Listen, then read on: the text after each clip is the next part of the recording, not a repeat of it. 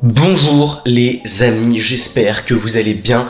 Aujourd'hui, on se retrouve pour une toute nouvelle vidéo et vous avez compris dans le titre, on va parler aujourd'hui de Deadpool 3 qui n'a pour l'instant pas de titre et qui sortira maintenant en mai 2024. Donc, qui est le prochain film Marvel qui sortira en 2024, donc après The Marvels. Donc, il arrive en fait dans pas si longtemps que ça et ça me fait très peur parce qu'il y a eu des rumeurs. Alors, on va en parler tranquillement. Il y a eu des rumeurs comme quoi le film serait le Spider-Man No Way Home, mais du côté de l'univers de la Fox, donc avec les X-Men. Dans la Fox, il y avait aussi les 4 Fantastiques. On rappelle que Disney avait racheté la Fox, il me semble 70 milliards. Enfin bref, Deadpool en fait, il ne correspond pas à ce truc de fanservice. Et je comprends que Marvel, ils se sont dit tout le monde aime bien les X-Men, bah vas-y, et si on les met tous dans Deadpool 3, ce sera un effet No Way Home, tout le monde va revenir, avec Wolverine, Cyclope et tout, Tornade, toutes les rumeurs qu'on a, il y aurait même un méchant des films X-Men, ça pourrait être Magneto, il pourrait y avoir un méchant aussi du MCU, enfin bref, il va y avoir plein de caméos du multivers, il va y avoir la TVA de la série Loki, et mon problème avec ça, c'est que Deadpool, alors qu'on aime ou qu'on n'aime pas, moi je suis plus du côté de ceux qui sont OSEF de l'univers de Deadpool. Je sais que je vais pas me mettre d'accord tout le monde, mais je trouve que voilà, c'est juste un peu enfantin, les blagues sont pas folles, le scénario a été écrit par un gamin de 5 ans, mais en vrai, c'est le côté un peu what the fuck qui marque tout de suite les esprits et qui fait que ça a été quelque chose d'unique et qui a plu à plein de gens, cette espèce d'honnêteté avec des scènes de violence et de sexe qui n'étaient pas décrédibilisées, on va dire, c'est-à-dire que qui était plutôt prise au second degré. C'est un univers très spécial. Moi je suis pas spécialement fan, mais c'est pas de ça qu'on va parler aujourd'hui. C'est que Deadpool, c'est des blagues, c'est des petites vannes, c'est des trucs comme ça. Et en fait, je me dis que absolument vouloir que dans le film il y ait des caméos, ça veut dire qu'on est obligé de faire des vannes avec. Et ça, je vais avoir un problème avec. Mais alors pourquoi j'ai un problème avec ce fait ? Parce que on sait, Ryan Reynolds, Sean Levy, voilà, et c'est donc ceux qui ont écrit, je ne sais plus, Free Guy, qui reviennent sur ce projet-là pour écrire. Mon problème avec ça, c'est que déjà, Deadpool, c'est un personnage qui ridiculise toute situation. C'est-à-dire, il va trouver des trucs, des petites vannes, des petits trucs drôles et tout sur n'importe quel personnage, n'importe quelle situation, pour au final, même parfois briser le 4e mur, mais en gros, il en a rien à foutre de tout, quoi. Et la question qu'on peut se poser avec lui, c'est est-ce qu'il est compatible avec le MCU, qui est un univers quand même, globalement, qui a des enjeux quand même, généralement. Enfin, ce que je veux dire, c'est que s'ils veulent l'introduire dans un film Avengers, c'est pas mal, parce que bon, il est là, il fait des vannes et tout. Mais un film dans le MCU, où tu veux introduire aussi un lien avec le MCU, donc en fait, il va y avoir, et c'est le problème, un cahier des charges. Et on s'éloigne du sujet original, mais c'est aussi important d'en parler, c'est que le cahier des charges, je pense, était quand même assez faible sur le premier Deadpool. Ils l'ont un peu laissé faire ce qu'il voulait, il était en roue libre, le gars. Et c'est ça, en fait, qui était bien, c'est que on avait l'impression qu'il y avait une liberté créative. Alors qu'on aime ou qu'on n'aime pas une nouvelle fois, les idées, elles étaient là.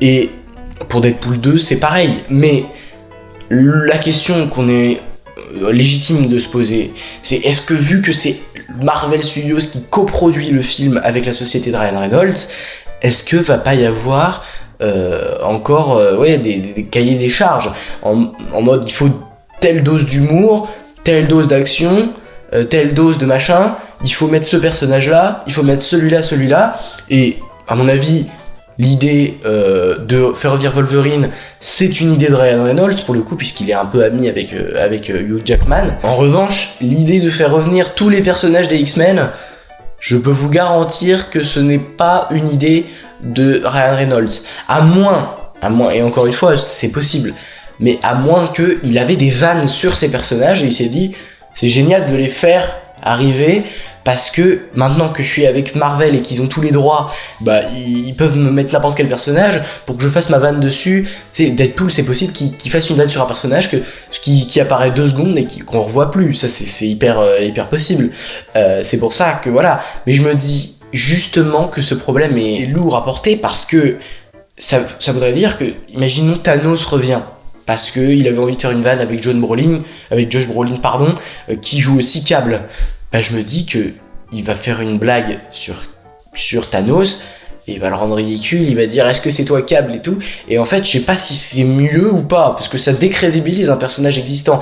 Et les X-Men, qui étaient des personnages quand même qui se prenaient vraiment au premier degré globalement, parce que dans les films Deadpool il y avait Colossus, il y en avait quelques-uns, mais globalement c'était ceux dont on n'avait pas grand chose à faire. Et bien là il a l'intention de mettre tous les X-Men qui ont été introduits.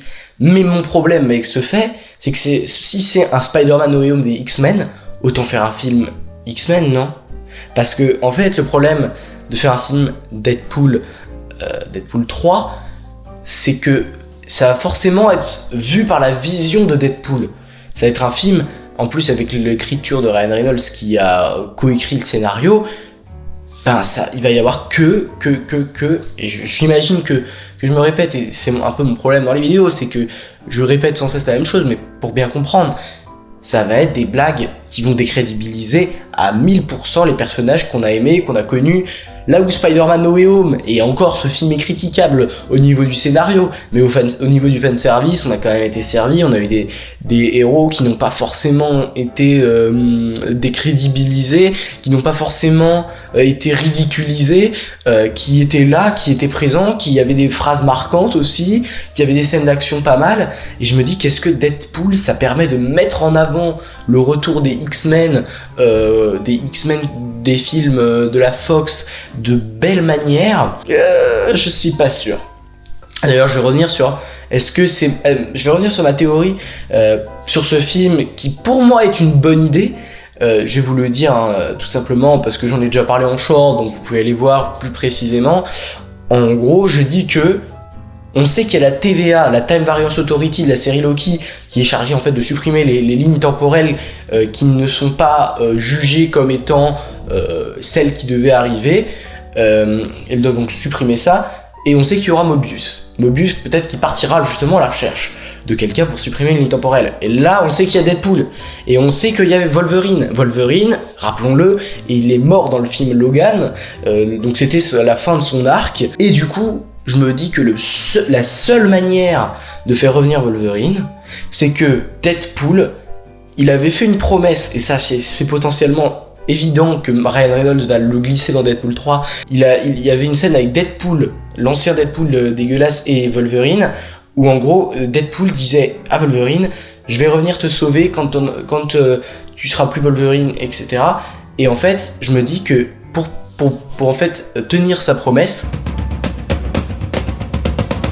et le sauver au moment de sa mort, au moment de la mort qu'il aurait dû subir, ce qui va faire que ça va pas être ce qui devait se passer originellement, ce qui va donc faire débarquer la Time Variance Authority, et il va y avoir une course-poursuite, Deadpool va fuir avec Wolverine dans tous les univers possibles. Ils vont peut-être aller dans l'univers des 4 Fantastiques, dans d'autres univers, mais on connaît l'imagination du gars qui est à la tête de ce projet, donc il pourrait y avoir des univers mais totalement dingos, parce qu'on sait que ce sera un des projets les plus liés au multivers jusqu'à Avengers The Kang Dynasty, avec donc Doctor Strange et Multiverse of Madness, et a priori il y avait Captain Marvel 2, mais The Marvel ça a pas du tout l'air d'être lié à ça. On verra, mais voilà, c'était mes petites craintes sur Deadpool 3, je voulais en parler parce que ça me paraissait quand même évident de le rappeler. Puis j'ai un problème avec ce fanservice, c'est que tu te sens obligé d'en mettre pour réussir au box-office. Bah je pense pas. Avatar 2 n'a pas eu besoin pour mettre de fanservice pour arriver au top du box-office.